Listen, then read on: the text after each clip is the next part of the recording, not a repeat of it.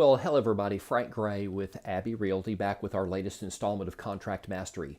Today we're going to talk what is commonly known as the backup contract, or more technically the addendum for backup contract. This is a document that's seldom used by many agents, and yet when it is used, you absolutely must understand its provisions. Otherwise, you create tremendous liability for yourself and your buyers and sellers. It's a very simple document. We're going to run through it fairly quickly. So fasten your seatbelts. Here we go. The document, as I mentioned, is only one page, and if you don't have a hard copy in front of you, that's okay. I'm going to do some cut and paste onto the screen so that you'll be able to follow along if you're just watching this video. A couple introductory comments. First of all, the backup addendum is used when an executed sale contract is already in place, but there's a new buyer that's come along and wants to have a guaranteed right to purchase the home if the first contract terminates. The process is exactly as it is on the first contract. The new buyer and the seller sign all the standard contract documents, including all the disclosures and addendums, plus the backup addendum. This contract, the new backup, is binding on the seller and the buyer. And I want to emphasize that because that's the point at which many listing agents and buyer's agents get in trouble, thinking that the backup contract can be implemented if all parties agree once the first contract terminates. But that's not what this says. This contract is binding, enforceable, and it automatically goes into force when the first contract terminates. So if you're representing a buyer, don't think you can have them sign one of these addendums and then you go find them another home and they contract for that home thinking that they can just back out of this other backup contract anytime they want. Oh no, they cannot. They are bound by the terms of the contract documents and the addendum. So you don't want to put them in a position of having to be under contract with two houses and possibly default on one of those contracts. So let's roll through and look at exactly what the 5 paragraphs in the backup addendum have to say. Paragraph A. The contract to which this addendum is attached, the backup contract, is binding upon execution by the parties, and the earnest money and any option fee must be paid as provided in the backup contract. Now, let me break that down for you. That means the earnest money and the option fee must be paid. If the earnest money is going to be there to enforce compliance and the buyer wants an actual option period, they have to pay the option fee according to the effective date of this new contract. So don't think that they can just keep their money in the bank and then pay it if the backup contract becomes the first contract. No, at that point, they may have, depending on the timing, may have lost the opportunity to have an option period. So what goes in this blank? The backup contract is contingent upon the termination of a previous contract, the first contract dated blank. That's where you put the effective date of the first contract. There we go. Paragraph B. If the first contract does not terminate on or before blank date, the backup contract terminates and the earnest money will be refunded to buyer. What date do you put in this line? It really is any date that's agreeable to buyer and seller. But think of it this way. If you're the buyer, you don't want to be bound by this contract indefinitely because you need a home and you realize that the likelihood of the first contract busting out is fairly light. So you want to put a date in here that you're comfortable with. Some people like to use the last day of the option period on the first contract, and there is some sense behind that because if it gets through the option period, it's unlikely it's going to bust out, and so you really don't want the new buyer being bound.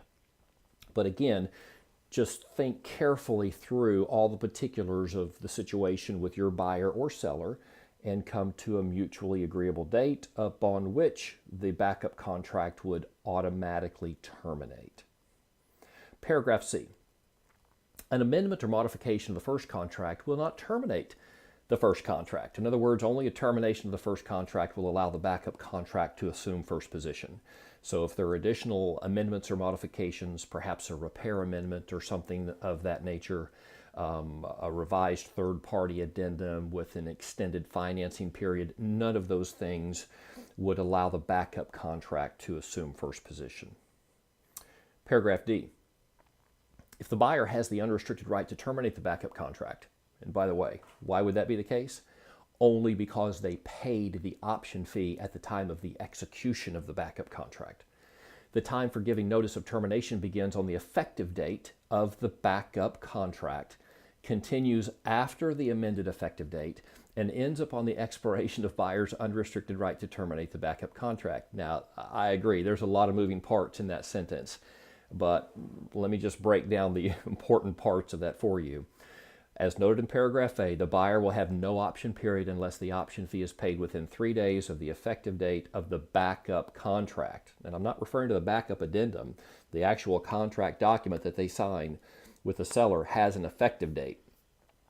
And the buyer must pay that option fee within 3 days in order to retain the option period. It's very important because if the buyer will be bound to this contract and not able to purchase another home in most situations if there's no right to withdraw. So buyer's agents always be very careful to have your buyers pay that option fee on a backup contract right up front. If the first contract terminates and the backup contract assumes first position, an amendment will be necessary to establish a new effective date. Because at this point, the only effective date we're working from is that of the backup contract, where we didn't really know if it was ever going to assume first position. Now that we do, we probably want the option period starting over. We may want the third-party financing period to start from that date. And so an amendment would be necessary. And if you do extend the option period with the amendment, recall that an additional option fee will be due. Now, I don't want to get too deep in the weeds, but let me just say that on the original backup contract, when it was first written, you could have put in an extended option period that would cover all of this. So whereas we typically might do 7 days or 10 days on an option period, you could extend that out to the termination date of the backup contract. So now you're going out 21 days or 25 days or 10 days beyond that, 31 days or 35 days, which would give you plenty of time to do inspections even if the first contract went all the way out to the termination date. I feel like I'm losing you, so hang in, we're almost done. Paragraph E, last one. For purposes of this addendum, time is of the essence. Strict compliance with the times for performance stated herein is required. Now, when I read that, the first thought that goes through my mind is, well, isn't time of the essence in all contract dates and deadlines? The closing date, for example, isn't time of the essence? If the buyer can't buy on the agreed upon date or the seller can't convey on that date, isn't that a default? And the answer is yes, technically, but also no. Because if there were valid reasons that the buyer or seller could not perform on that closing date, a judge is likely to enforce the contract and require the other party to extend the closing date to accommodate these unforeseen circumstances. So the only time that a contract date is just in stone, where there's really no negotiation or judgment involved about whether or not it will be enforced, is when it explicitly states time is of the essence. And for purposes of this addendum, time is of the essence. So all the dates that you're putting up there in paragraph A and paragraph B, you want to make sure that it's something that the buyer and the seller are willing to be held to. Well, there you go. That is the addendum for backup contract. I hope that you have found this short video to be helpful. My name is Frank Gray. I'm the broker owner of Abbey Realty.